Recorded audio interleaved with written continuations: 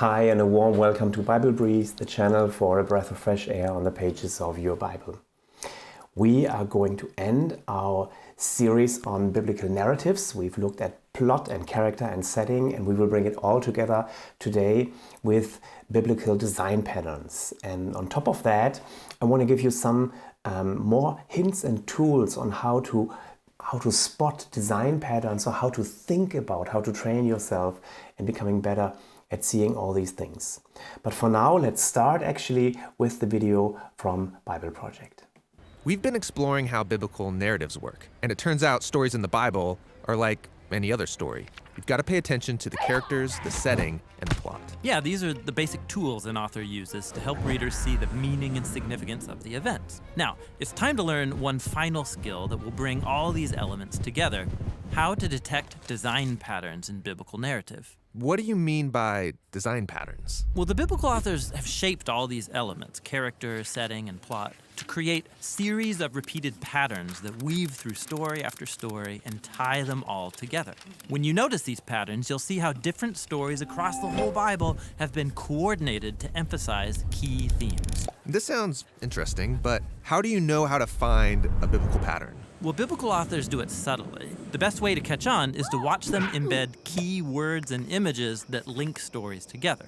Take, for example, one of the main themes of the Bible, the complex and tragic human condition. Okay. So let's start at the beginning, where God is making a really good world. Right, 7 times it says God saw that it was good. So those are clearly important words. Now watch. God appoints 2 characters named Human and Life to rule this world on his behalf, and they're told that everything is good for them to eat. Except for the tree of knowing good and evil. So then the humans doubt God, and in Genesis we read, they see that it's good to take this knowledge for themselves. Then we read, they desire to become wise, and then finally, they take what they want. And everything falls apart. This story is about the human condition. And on its own, it's a really powerful story, but the biblical authors don't leave it there. They turn it into a pattern. It happens again with Abraham and Sarah. God brings them into the promised land, promises them a child. But they don't trust God, they get impatient, and we read the same words. They see their Egyptian slave, they take her and do what is good in their eyes. Do you get it? Yeah, the stories match. Then you get to Aaron at Mount Sinai, and we read how he sees and then takes the gold of the Israelites to make the golden calf. Or there's the story about Achan, who sees the gold of the Canaanites. He desires it and takes it for himself. This pattern highlights how one person's temptation can create suffering for many people. Exactly. It's just like the story of Saul, where we read that the Israelites see him. They desire him and take him as their king so they can be like all the other nations. And Saul's reign leads them to destruction. Or there's the story of David, which says that he sees Bathsheba. He desires her and then takes her and then kills her husband. And then David's family starts destroying each other. So you see, it's just one basic theme repeated over and over. These stories are all designed to show the temptation pattern. Which is kind of a downer. But the repetition builds up anticipation. Perhaps someone will come and break the pattern. This is why the stories of Jesus have been designed to carry the patterns forward to their climax. Really? Yeah, like what does Jesus say when he's faced with his greatest temptation to avoid dying on the cross? Not my desire, but your desire be done. So the pattern flips, and you have one person resisting temptation, and his suffering provides life for many. Very cool. Can we do one more? Totally. How about a big one? How God brings humanity through chaotic waters into a new world. It starts on page 1, where God separates these dark, chaotic waters. Yeah, dry land emerges as a home for humans to flourish. Then the pattern reappears with the chaotic waters of the flood. God rescues this remnant, Noah and his family, through the waters so that they can step onto dry land and become humanity 2.0. Now, does that basic storyline remind you of anything else? Oh, right, the famous Exodus story. Yeah, exactly. That's when God saves his chosen people from Egypt by leading them through the waters onto dry land. While Pharaoh and his armies destroyed. The pattern repeats later with Joshua and the Israelites. They passed through the waters of the Jordan into the Promised Land. Yeah, you got it. So now you can see how later biblical authors will project this pattern into the future. Like Isaiah, he hoped for a new Exodus with a new king, leading God's people forward into a new creation. And in this repetition, the nations become the chaotic waters. So you can see how combining all of these patterns brings us to Jesus. Yeah, notice how all the Gospels highlight that story of Jesus going to the Jordan River. He goes into the waters and back out again. His baptism. That's when God announces that Jesus is his son, who will rescue the world from the chaos of our evil and violence by going into death and out the other side. This is why baptism became such a big deal for Jesus' followers. It's about participating in this ancient pattern, going through the waters of death, following Jesus into the new creation. These design patterns seem really important. Yeah, they're actually the main way biblical authors have unified these hundreds of stories together. And every pattern develops a core theme throughout the whole biblical story that leads to Jesus. Great. That's biblical narrative, which makes up over 40% of the Bible.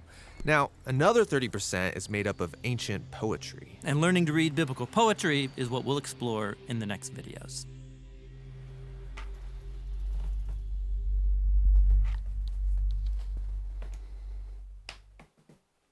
Okay, how cool is that? Huh? Looking at design patterns. The first time I've discovered this, I've been blown away. I've never actually looked at these things that unify all these little stories of the Bible, like the example I gave with Noah being another creation. And it has set me on a journey again of reading the Bible with different things to look for. And it's not so hard because, again, it's stories. Our brains are wired for this. And so this is really, really cool. And I want to encourage you, no matter how long you read the Bible, whether you just start or whether you've read the Bible all your life, this is a skill that you can start developing with asking sometimes some very simple questions. And yes, spotting patterns is not a super easy thing. It takes time and it takes a group of people, ideally. I want to show you a quote from actually a Jewish rabbi, David Foreman, and he wrote about this, his own problem. He said, I've read the Torah or the Jewish Bible all my life, and I know so many things by heart, but sometimes I wonder if I really get the meaning of the stories. And then he said, maybe I should just start here, let me clear my mind of everything else I thought I knew, go back to the basic text of the Torah, take a deep breath, and try to read it carefully. In practice, wouldn't you know it, I found that this wasn't so easy. Having read the stories of the Torah over and over again, it's not the simplest thing in the world to clear your mind, forget everything you know about them and read them afresh, paying close attention to the words without leaping to conclusions. And that is a challenge, actually. But he writes, gradually I got better at it. I found that there was a deceptively simple set of tools, little games almost, that were helpful in the process. You could look at a set of laws and play which of these things is not like the other. You could read a story and stop halfway through trying to guess the ending, playing what happens next. Remember, often we know how it ends, so we're like, yeah, well, this is how God intervenes, but people would not have guessed it, and sometimes we even are not surprised anymore at what is happening, like a talking snake in a garden or things like this. So you can guess what happens next and then go back and notice how very different the actual ending is from the ending you would have predicted. You could take a biblical story, pay close attention to the words and play, where have we heard these words before? Identifying in this story an uncanny echo of an earlier one or a foreshadowing of a later one. All of these games are things little kids learn to do on Sesame Street. I began to find that everything you needed to know to start learning Torah, you learned in kindergarten. I think this is kind of funny to do this. And I want to encourage you, try and do this. Pick Genesis 37, the story of Joseph. And look at, is Joseph described? You remember, characters are hardly ever described. Is his outer appearance described? And if yes, why? And then look at the words, how the characters in the story talk with each other. Does that sound familiar? Have you heard these sentences before? Can you spot a pattern? Can you maybe spot glimpses of a story that happened earlier, or maybe a foreshadowing of a story that will happen much later when you look at the greater Joseph story. And I'm sure that you will find out some things. Now there are some other helps as well that can help us spot patterns and discover some of these things. And I want to show you two more tools that might be helpful for you.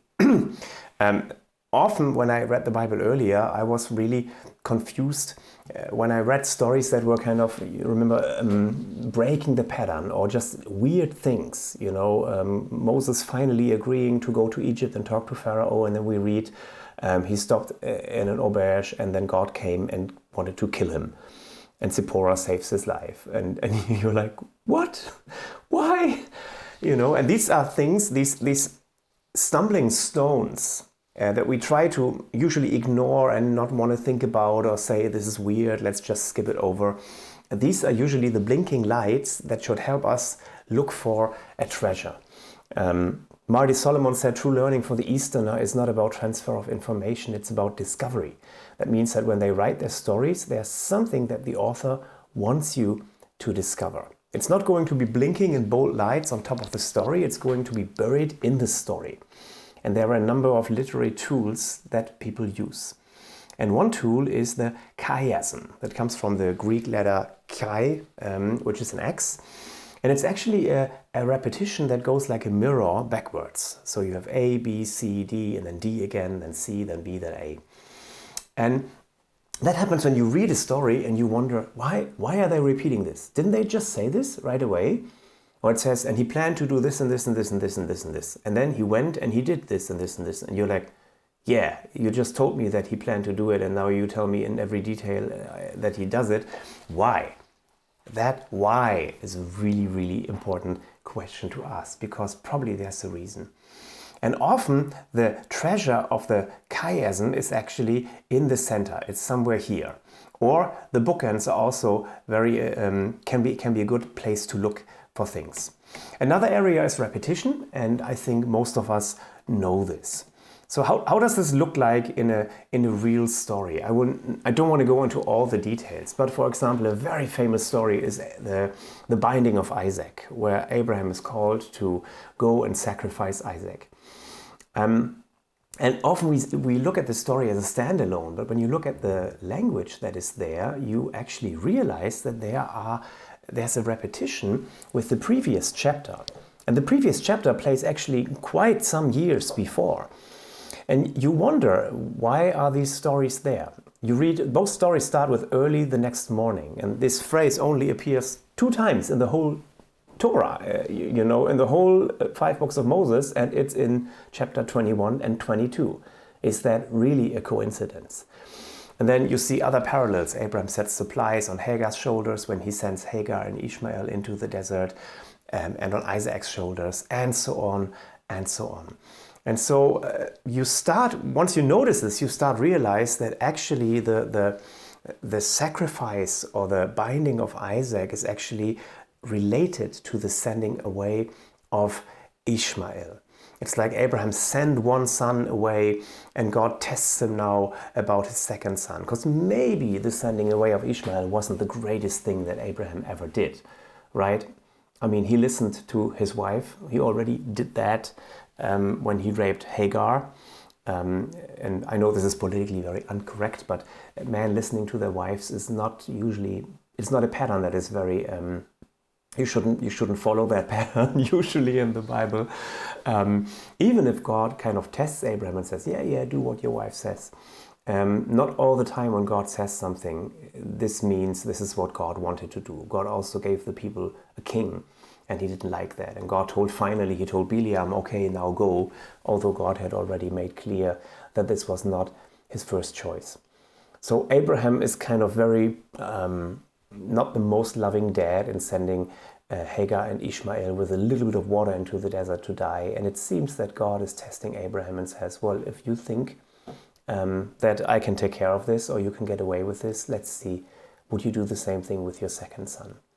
And of course, there are other parallels of somebody being wandering around in the desert and somebody being sacrificed. That starts with Cain and Abel, and that will repeat again on the Day of Atonement.